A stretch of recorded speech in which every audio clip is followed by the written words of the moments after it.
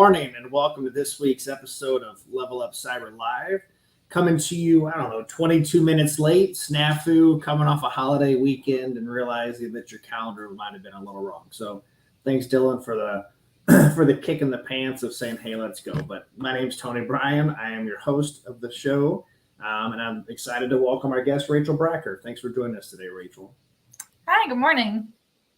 Awesome. So for those that don't know, Rachel is our youth program manager. And I'm not going to steal her thunder of all the great things that she's done. So, before we jump into really the topic of the day, which is, where are we going with kind of our youth education over the next, 12 to forever? I'd love to have you introduce yourself, Rachel. Yeah. I'm Rachel Bracker. I was born and raised in St. Louis, Missouri. My mom was a teacher. My grandpa taught for a little bit. So when it came time for me to go to school, I decided I wanted to be a teacher. So I got my degree in elementary education. I taught in Illinois for about 3 years. And then during my second year of teaching is when the pandemic happened and we had to go remote and we had to learn how to do remote teaching very quickly. I don't know, you guys all remember it was kind of a mess. And even once we came back in person, just so much had changed and it was so different.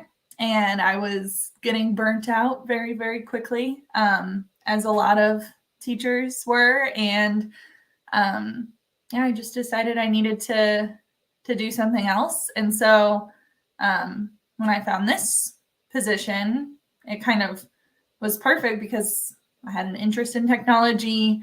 I like teaching and working with students, so I kind of get to combine those things in this position. So it's been really great to jump on the team. I've been with CyberUp now for a year and a half. A lot has changed since I started, but that's my little background. Well, I think, you hit the nail on the head, right?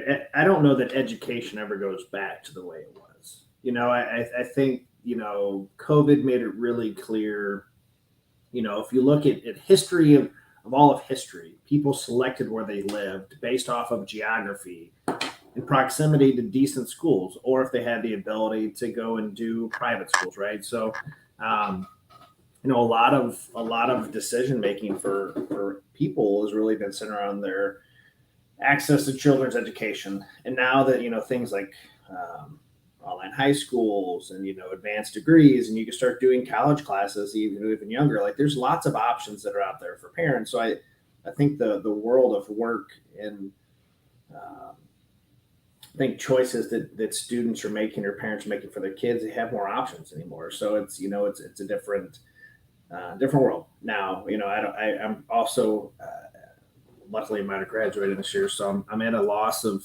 just where does it go from here, right? As more and more educators leave the space, what do you do? Does that I know there was a district locally that was going like reducing to 4 days a week because of bus drivers and things. So there's a lot of concerns. But on a lighter note, what we have seen is we've been engaging youth at CyberUp for the past 7 years, and it's taken lots of shapes. We've done summer camps, we've done hacking events, and we just wrapped up our final season of LevelUp Cyber games, and had a great competition with it.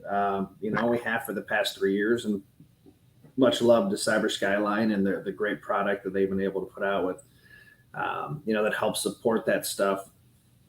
But we've one of the main reasons we wanted to start a LevelUp Cyber games is one of the main reasons why we're pivoting away from LevelUp Cyber games, because I think what we realized was there were multiple things. So you wrote a great blog, we put out yesterday. So if you haven't read it, I encourage you guys to check it out. But as we're wrapping up the end of LevelUp Cyber game season and we're looking at this next chapter of what does youth engagement look like, what do you see that for CyberUp, Rachel?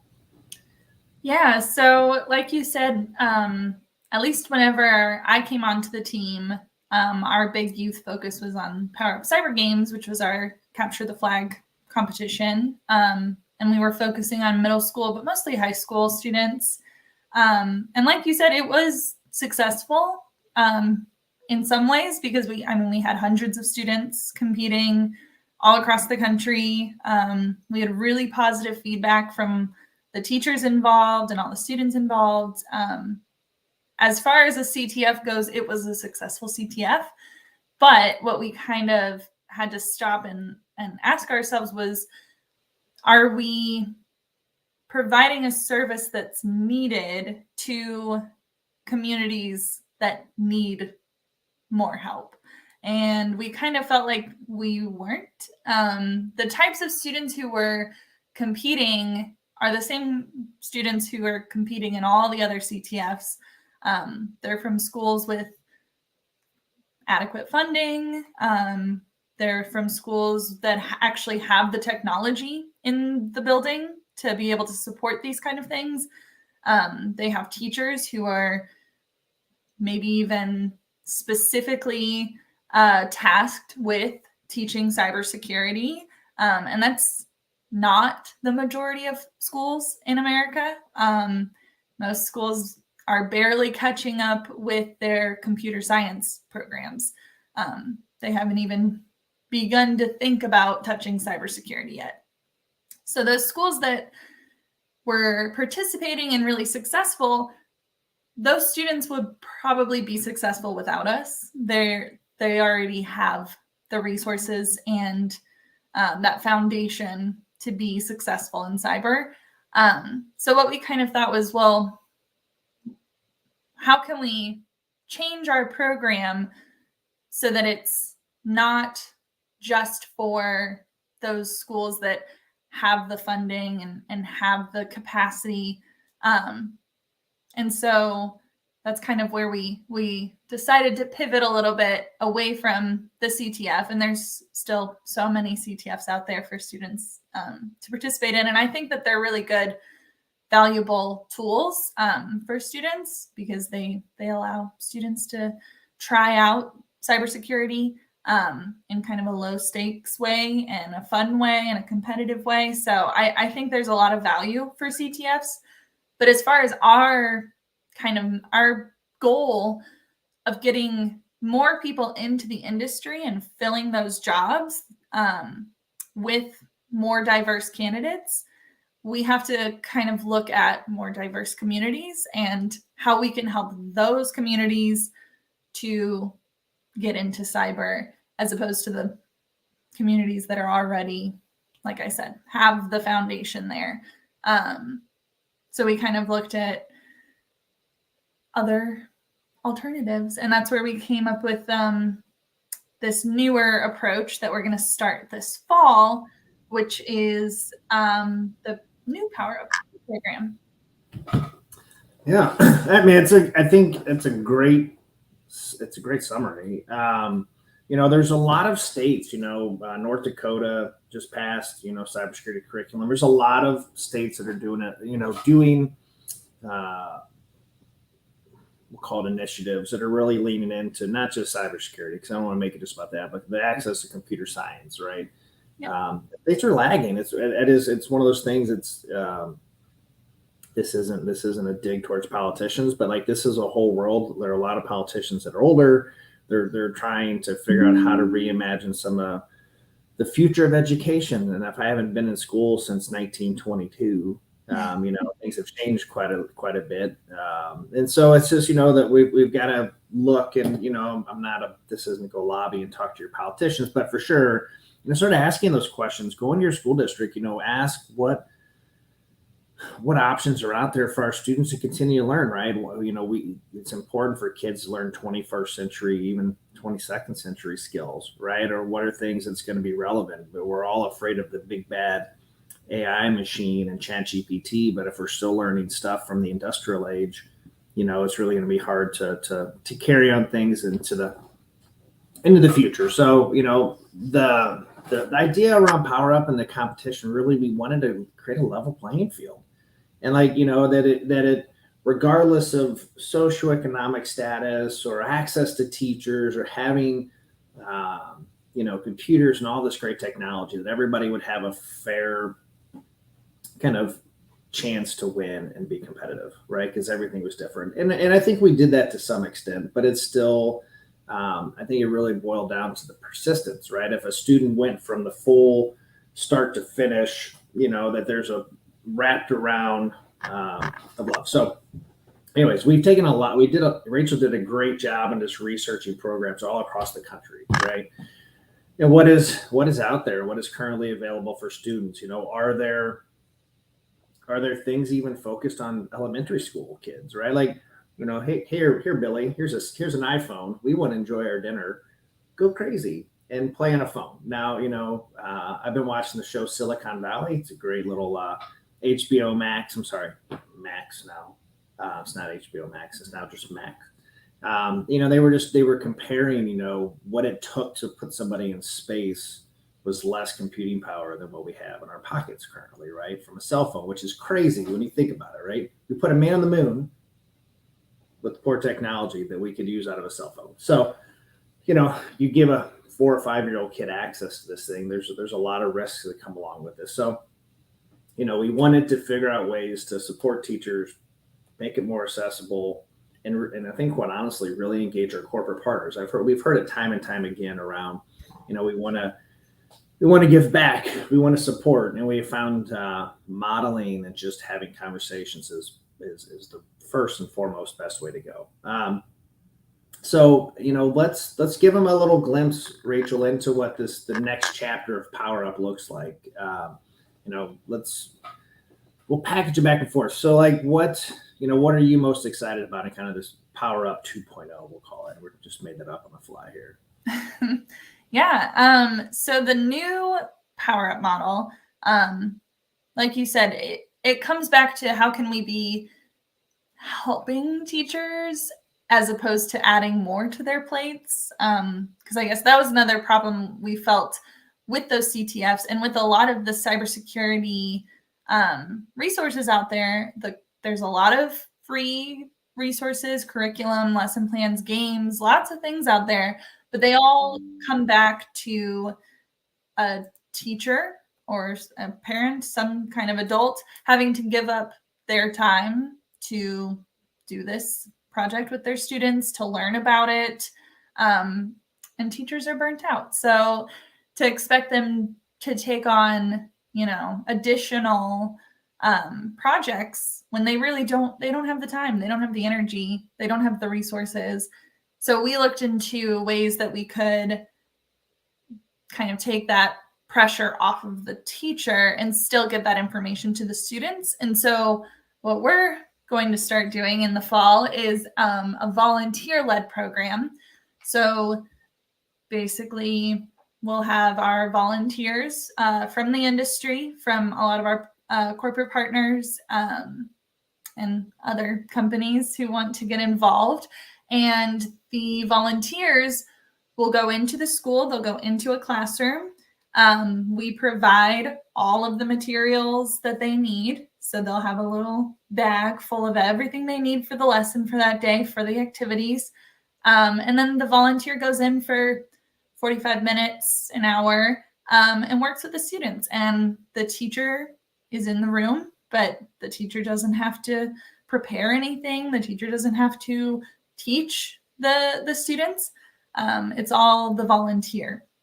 And so what's nice with the volunteers being from the industry is that they're also bringing their expertise and their experiences, so they can answer questions as students are curious about things, and they can share their outlook on careers and things like that.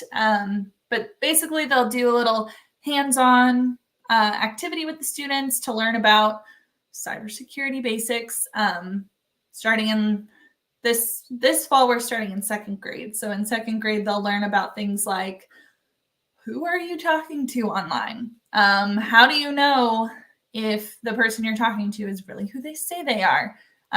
What information are you giving away about yourself that you don't even realize that you're giving away through things like if you're playing a video game and you make a little avatar that looks just like you, what information are you accidentally giving out to people that don't need to know that information about you?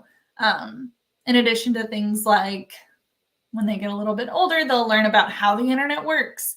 They'll learn about how viruses are spread. They'll learn about crimes in cyber and how our cybersecurity experts can solve those crimes and keep those crimes from happening.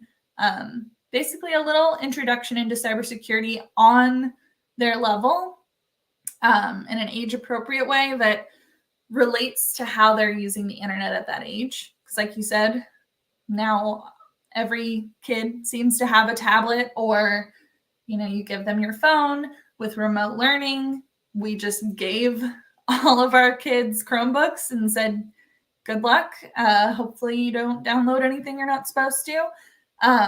So with all that access to technology and the internet, it's really like vital that we tell our students and our kids what they can and can't do on the internet and why, and how to be safe when they're using the internet. Like you said, you know, we're still teaching about things from way back in the day, which are all important. I remember we were at a thing recently and someone said something about students know stalactites and stalagmites, but they don't know, you know, what a phishing email is, or if they should be clicking on certain links. Like, those are, not that stalagmites aren't important, but how often are we encountering a stalagmite versus an email with a suspicious link? So that's kind of the focus of the activities that we'll be doing with students. What I really like, or what I think what's got us all excited about the new version, right, is we've segmented now. You know, we've got it kind of packaged in a K through 8, which is focused on the cyber safety aspect, right? Like, regardless if a student decides to pick like, the goal isn't to create an army of cybersecurity, you know, folks that are going to go out and hack the world, right? Like this, I don't think is really the intent of PowerUp, is to go out and do that. But, you know, the more educated and informed we have young folks, the better off they're protected. And even whenever they're hired and they're working as a nurse 20 years later, 25 years later, you know, that idea of like clicking emails, or being just, you know, having a little bit of suspiciousness to all the things you do around the internet is probably not a bad thing, right? And then as we pivot and the students get older, we really have that sixth grade to 12th grade kind of idea around career exploration, right? So we can have much more advanced subjects and discussions with those students. So do you want to dive into that a little bit, Rachel? Yeah. So what we also kind of found, I go to a lot of career fairs and I talk to a lot of high school students about cybersecurity careers. And what I always find is that by the time they get to 12th grade, they kind of have their minds made up of what they think they want to do. I know I did. Obviously, I ended up switching careers. But they're not really as receptive to new ideas of careers. So by the time they get to that age, when I say, oh, what do you know about cybersecurity careers? They don't know anything and they don't really care. When you ask, you know, a kindergartner, what do you want to be when you grow up? They're going to say a firefighter or a police officer or a doctor. They're not going to say, I want to be, you know, a cybersecurity analyst, because they don't know that that's a thing, even though it's a huge thing. And if anything, I don't know the statistics, but I know that there's over 750,000 jobs open in cyber right now. So it's huge.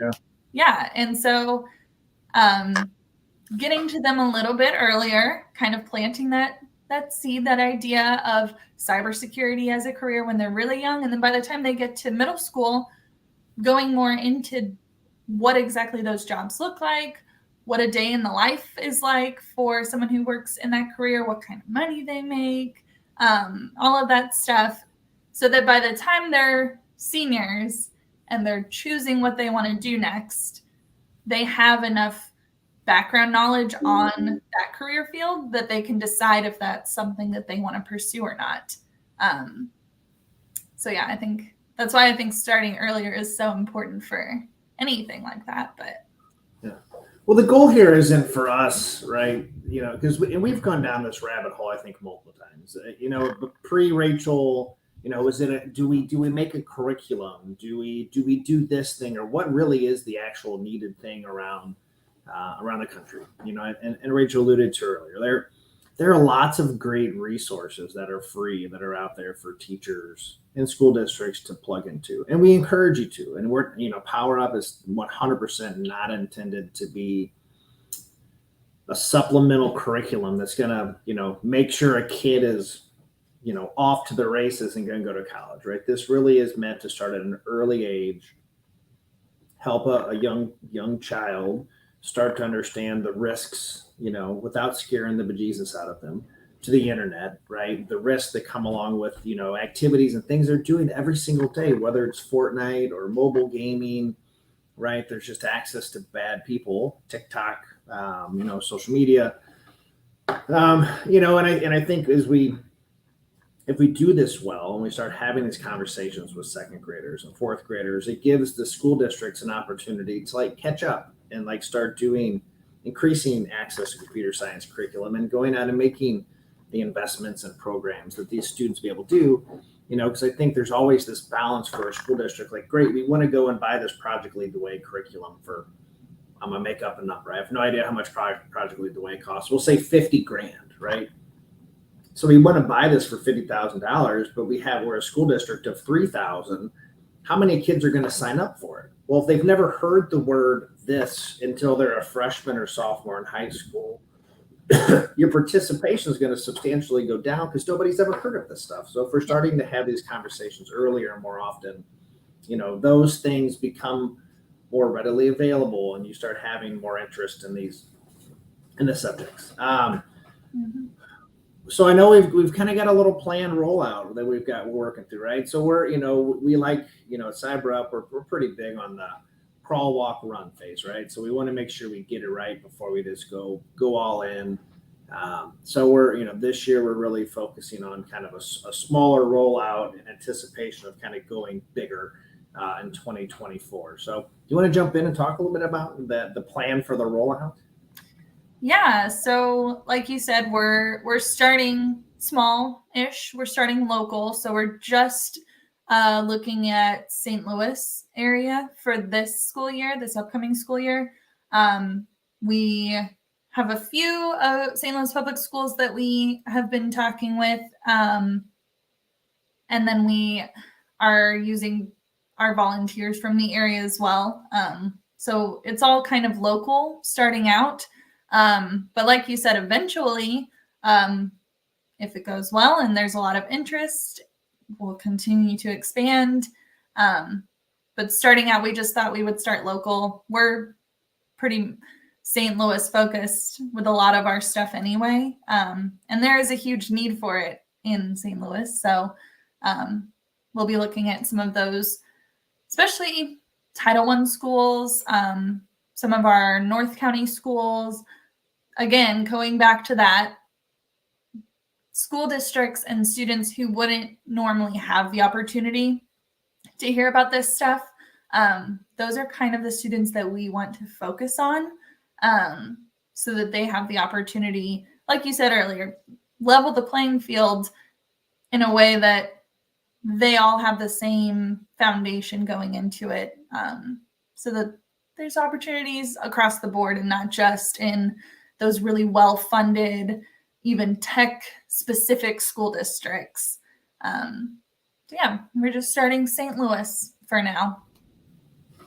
So the primary reason for the kind of, we'll say, the slower rollout is centered around the idea of volunteers, right? We want to be able to go out and get corporations excited about this, to have the industry volunteers to go in. So you know, as we build it out, it will. I really have holiday brain. After 3 days off and a long holiday weekend, Monday's coming back, and I'm just trying to process my thoughts. And sometimes it's great, but we wanted to make sure we do it right here in St. Louis. Now, that being said, if you're in a different state, because all for Power Up, we had California Tech, we had schools all over the place. So if you are a school district that's sitting there and you have an interest in it, let us know. I'm sure we will find a way to make it work with you. So we don't want to just say, no, sorry, Texas, you're out this year. We can't make it work. So, but we also want to make sure, because a critical point of the program and the direction that we're headed is really centered around the idea of a corporate volunteer, an industry volunteer, to go into the student and talk with the students. So we want to have the levels of commitment that somebody's at least willing to go and do that for 3 or 4 times throughout the school year. So, all right, in our time that we have left, I'm sure everybody who's listening is like, oh my God, this sounds amazing. I'm so excited about the future. Like, I think I want to get involved in this. What could I do, or what should I do? Do you want to lean into that a little bit and kind of break the ice on how they would get involved or learn more? Yeah, absolutely. So if you're a teacher and you happen to be hearing this and you think that this sounds interesting for your students, you can fill out a teacher interest form on our website, and then we can coordinate that. If you are an industry professional and you are interested in volunteering and working with younger students, then again, there's an interest form on our website. And all you have to do is fill that out. We'll contact you. We'll get it all set up. You will have to pass a background check if you haven't already. And you'll attend a virtual training session with us before you go into the classroom, so we can make sure you're prepared. Because I know a lot of industry people, tech people, might not have a lot of experience working with students in classes. So we'll make sure you're confident and prepared going into that. And then we'll partner you up with a class, and in the fall, you'll go in and start volunteering. So yeah, if you are at all interested in either having this at your school, or if you're interested in volunteering, we have those interest forms on our website. I'm sure we can post a link to that somehow, probably in a separate post or something. I don't know. Yeah. Well, so what you'll see, I think this is one thing I think of many, right? So CyberUp, we've hit that point of inflection, right, as an organization, where we're really looking ahead to what those next 3 to 5 years looks like, and diving into our strategic plan. And the landscape has changed quite a bit over the past 7 years, right? We went from being the 3rd program in the country to now 400 or so apprenticeship programs, and lots of great options out there for youth programming. So we as a whole org, this is a small glimpse into what we did on the Power Up kind of youth engagement side. But as a whole org, we really took a step back and said, okay, what does the future look like? How do we want to talk about ourselves? And